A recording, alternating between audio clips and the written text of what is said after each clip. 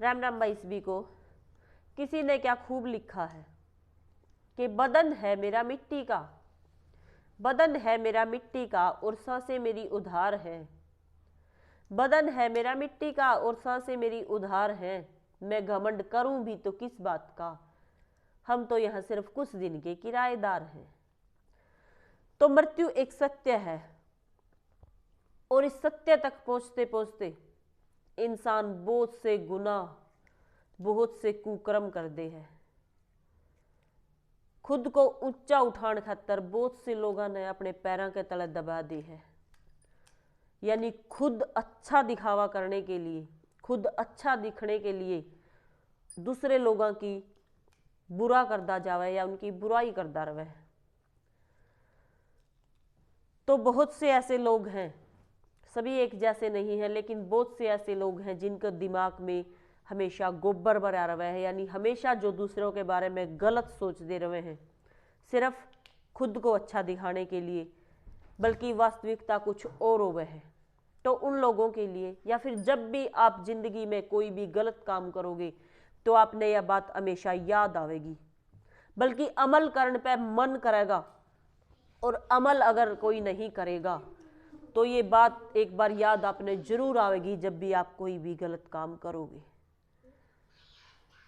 या दूसरे की बुराई करोगे। तो एक बार एक शिष्य अपने गुरु ते विदा लेने खातर आया। उसकी पढ़ाई पूरी हो गई थी और वो गुरुकुल से, मैं उसका अंतिम दिन था। जब वो गुरु ते प्रणाम करने गया तो गुरु जो हुआ है वो शिष्य का बहुत भला चाया करे। यानी वो चाह करे कि मेरा शिष्य हमेशा ऊंचाइयां छुए, यानी ये बहुत अच्छे काम करे। तो उसने एक भेंट, एक उपहार उस शिष्य को दिया और कहा ये आईना, ये एक जादुई आईना है और इसमें जिस भी इंसान का चेहरा होगा उसका पूरा चित्र इस शिष्य में, इस आईने में आवेगा। तो वो लड़का बहुत खुश था और प्रणाम करके गुरु ते उसने चलने की आज्ञा ली। और फिर उसके दिमाग में आया, क्यों न मैं आज अपने गुरु का प्रशिक्षण, यानी अपने गुरु को ही क्यों ना इस आईने में देख लूं। तो उसने वो आईना जो था गुरु की तरफ कर दिया और वो देखकर चौंक गया कि मेरे गुरु में तो बहुत से अवगुण हैं, इनका मन तो निर्मल भी नहीं है। लोभ, मोह, क्रोध, माया, बहुत से अवगुण इनमें है और ये अपने आप में गुरु कवे हैं और मैं भी आज तक इन्हें एक सच्चा गुरु मानता रहा। तो उसके दिमाग में कुछ बुरे विचार आई, लेकिन वो बोल नहीं सका था क्योंकि वो उसका गुरु था और वो आईना भी उसी ने दिया था। तो वो लेके चला गया। रास्ते में उसने एक दोस्त मिला, उसके ऊपर भी उसने सेम यो आजमाया। तो उसमें देखा, अरे मेरे दोस्त में तो बहुत सी बुराइयां हैं और मैं तो आज तक इसने अपना सच्चा मित्र मानता रहा। तो उससे भी उसका मन पीछे हट गया। अगर कोई रिश्तेदार मिल गया तो उसने सेम उसके साथ भी कराया और उसमें भी बहुत सी बुराइयां थी। तो संसार से उसका विश्वास उठता गया और जब वो घर पहुंचा तो उसने देखा कि मेरी माँ से अच्छा तो कोई नहीं है और मेरे पिता से अच्छा भी कोई नहीं है, तो मैं अपने माँ बाप का भी प्रशिक्षण इसमें करूँगा। तो उसने अपने माँ और बाप के ऊपर भी वो आईना आजमाया तो उनमें भी बहुत से अवगुण थे।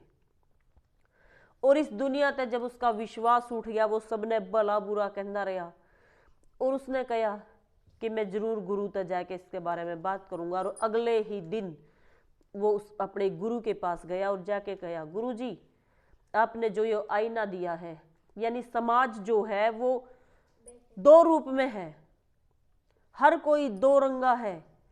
इंसान दिखे कुछ है, बोलने कुछ है और वो होवे कुछ है। तो बहुत से लोगों में बहुत से अवगुण हैं, यहाँ तक कि आप में भी बहुत सारे अवगुण हैं और मैं आपने इतना अच्छा समझता रहा।